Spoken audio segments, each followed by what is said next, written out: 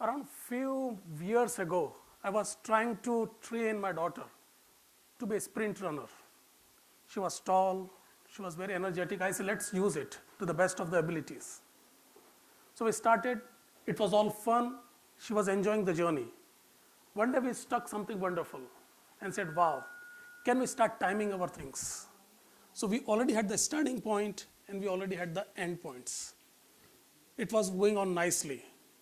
The first day she clocked 20 seconds. I said, fantastic, very well done. She don't know what I'm talking about. She was happy. And she kept on doing again and again. And slowly it came down to 16, 15, 14. Then one day we thought, okay, let's do something more. Can we have one person who could be a worthy competitor? And we found only one girl in the society who could be that part. And then we had a race. To her surprise and to mine, she clocked the worst in the last 3 years. She did 22 seconds. I was surprised and puzzled. How can a person who is doing so well, all of a sudden, is going back? The idea of improving the quality totally depends on whom you are competing with.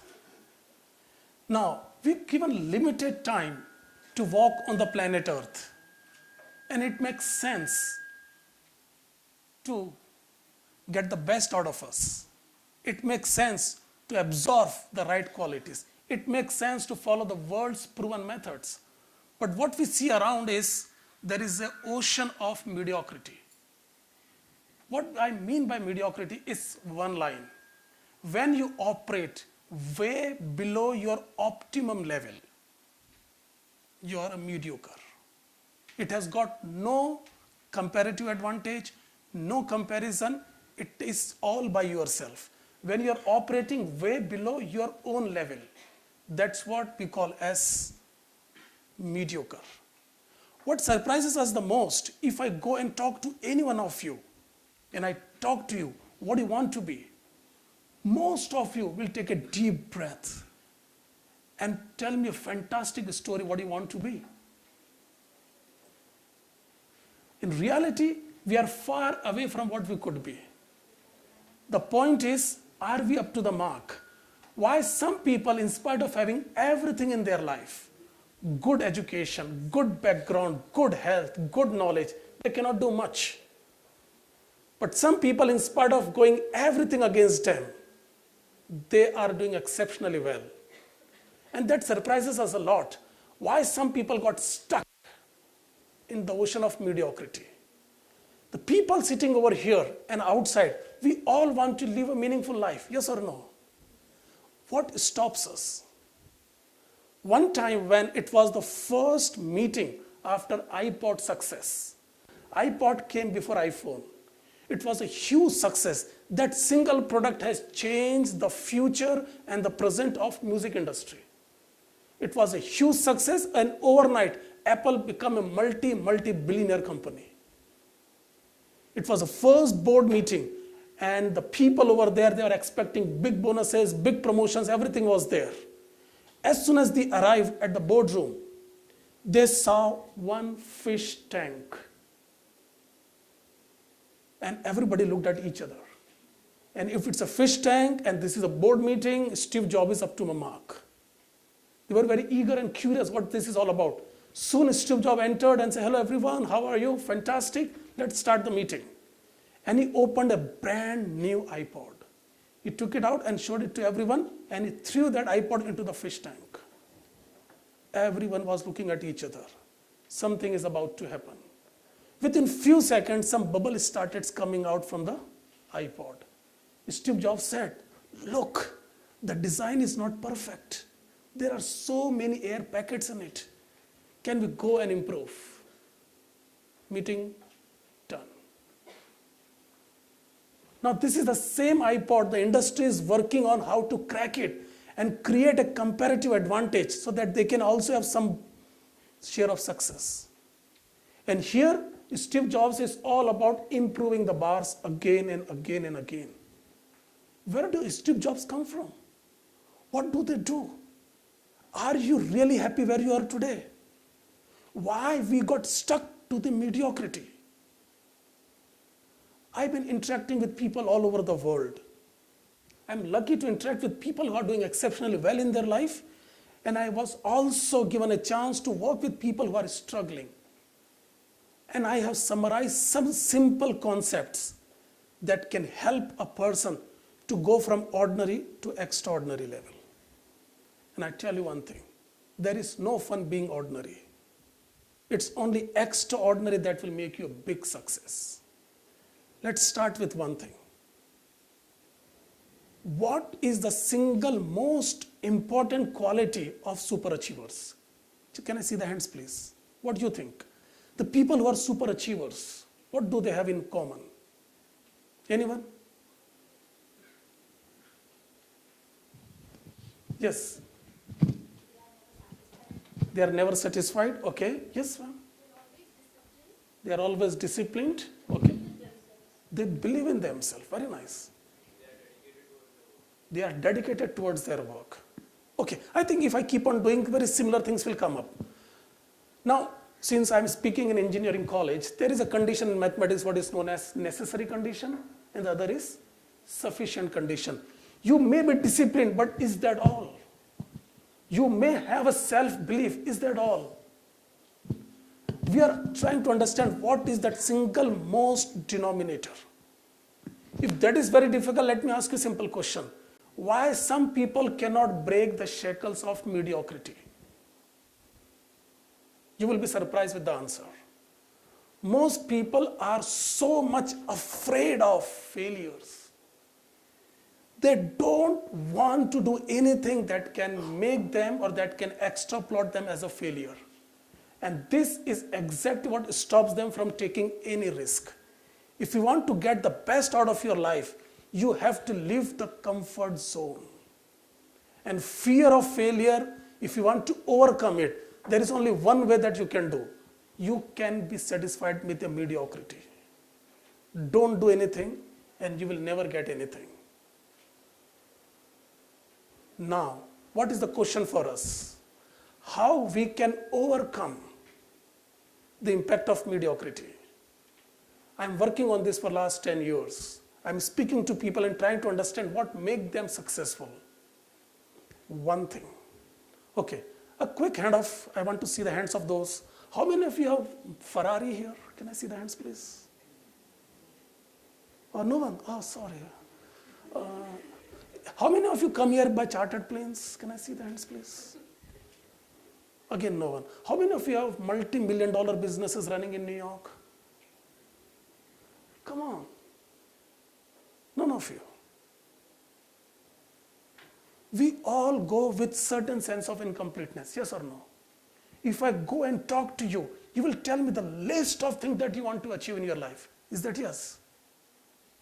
And these things, if we can ask some people who are in their 50s, in their 60s, in their 70s, the list is getting bigger. Why some things are there in that list forever? Let me introduce you to one revolutionary concept.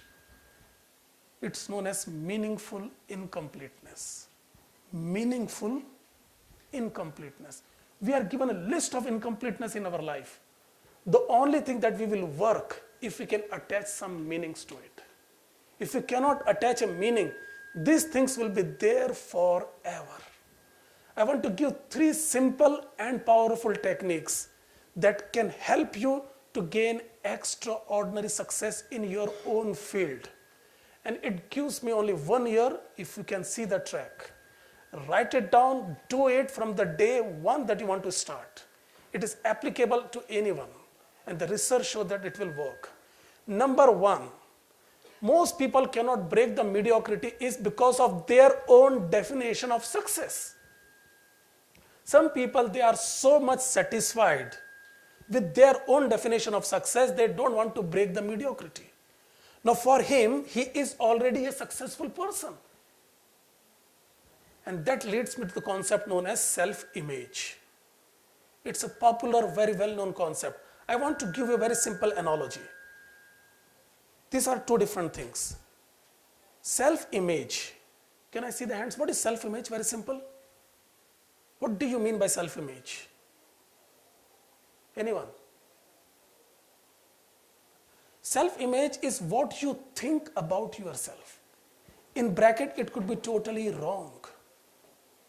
Now, if you happen to have a positive self-image, but your reality is way below, what will happen?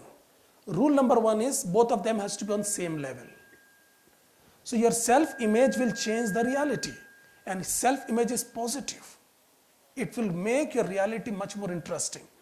But if your own self-image is weak, it will again put down your reality. And these people we see, they will never come out of mediocrity. It is just like an escape velocity. If you have to break the shackles of mediocrity, your own perception of good and great has to change. That is the most important contributor if you want to break the mediocrity. Is there anyone who would like to have an attached syndrome, what we call as average person? Nobody likes to have an average written against them. Why? It is such an important thing that we don't want to associate with. Number two that you can try is when you work with the surroundings. Let me ask you a very simple question. Just imagine you got two identical candles, exactly same. Their width is same, the quality of wax is same, the thread inside it same, everything is same, right? One candle you burn it in summer season, and other candle you burn it in the winter season. Now my question for this intelligent crowd is, which candle will burn longer and why? You got two identical candle. One you are burning in summer and other you are burning in winter. Which one will burn longer? Both of them same? See, there are three options. You can't go much wrong here. Winter will burn longer or shorter? Longer. Okay. Guys, I'm sure you would know the fire point and flash point. In summer and in winter, in summer the external situations, in bracket, the surrounding temperature is helping candle to burn. So candle has to extract lesser wax to keep it burning. But in winter, the candle has to fight against the atmosphere. In that process, it has to keep its surrounding warm to sustain the flame, and hence more wax will be used, and hence it will die very quickly. One of the most important things that I have seen, the people who stay with like-minded, positive-driven, growth mindset people, they tend to do very well in their life. And some people, nothing has worked well in their life. They have a big list of things that they think that cannot work. They have done PhD how some things cannot work, whereas all we need is just a small diploma. So if you work with people who are positively minded, if they can do it nicely, it can work fantastically well. Third thing, the most important thing that I want to try here is the people that you work with. If the people are positively driven, it can work very well with you. Now to summarize it all, how you can break the mediocrity is, I just want to use a small chart to demonstrate an example. Can I get the barcode, please? Thank you. Okay. There are different ways in which you can measure success. For someone, if they have a good family, if they can eat together, that's a success for them. For someone, if they go out and enjoy, that is a success for them. For someone, if they start earning money like anything, that's a good success. Let's use that example as a way of success. And this single aspect can transform your life from day one, right now. Okay. So for example, this is a chart and there are different scenarios. So person over here, if he earns around $5,000 every month, he thinks he's successful. For person over here, if he earns $50,000 a year, for him it's a success. For here, someone who is earning 500K a month is a success. Now, if you are here, if you have set a goal to earn 5K every month, and compare that with 50K and compare that with 500K, the quality of efforts that you put to earn 5K and the quality of effort that you put to earn 50K will be different. Yes or no? And you can see it. I have seen it a couple of times. These people, they walk differently, they talk differently, they read differently, they present themselves differently. They are more disciplined, they are more focused. Why? Because their own goal is dictating the quality of work that they are doing. If you are at 5K and you are achieving it, there is no real incentive to break the shackles of mediocrity. If I am happy, if I am satisfied, there is no reason I want to go from 5K to 50K.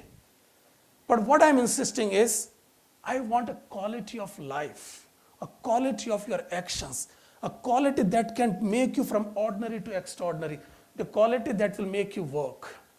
So with that, I just want to say thank you very much for this wonderful opportunity. Thank you very much.